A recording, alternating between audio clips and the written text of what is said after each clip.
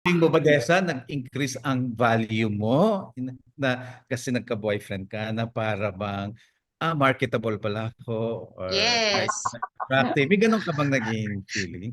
Haba ng hair ko. Haba ng buhok. Excuse me. Ay, May ganun po talagang boost sa ego. Yung mga discovery mo dito sa Living Waters, ito mm. pala ang contribution ko doon sa naging problem namin. Na ano 'yon para sa iyo? The dream. I love the dream na merong isang tao, isa lang minahal ko, I'm very faithful, loyal, ganyan. I'm the amazing bride, gano'n.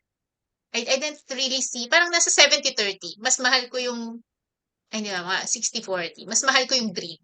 Mas mahal ko yung image ko in my head than him. Kasi I see him as medyo object din yung tingin ko sa kanya that time na ikaw yung fulfillment ng dream ko. Ikaw ang Mm. nagre-represent nito. Ito magpapasaya sa akin. More than seeing Yeah. him as a person, you Yeah. also have issues. Tao lang din siya, meron din siyang past. Meron din siyang struggle na hindi ko nakikita kasi nga pinasok ko sa mold na ikaw yung ideal man. Ito yung dream ko, isang marriage lang. Ayoko ng maraming relationship, ganyan. So parang I didn't see the person.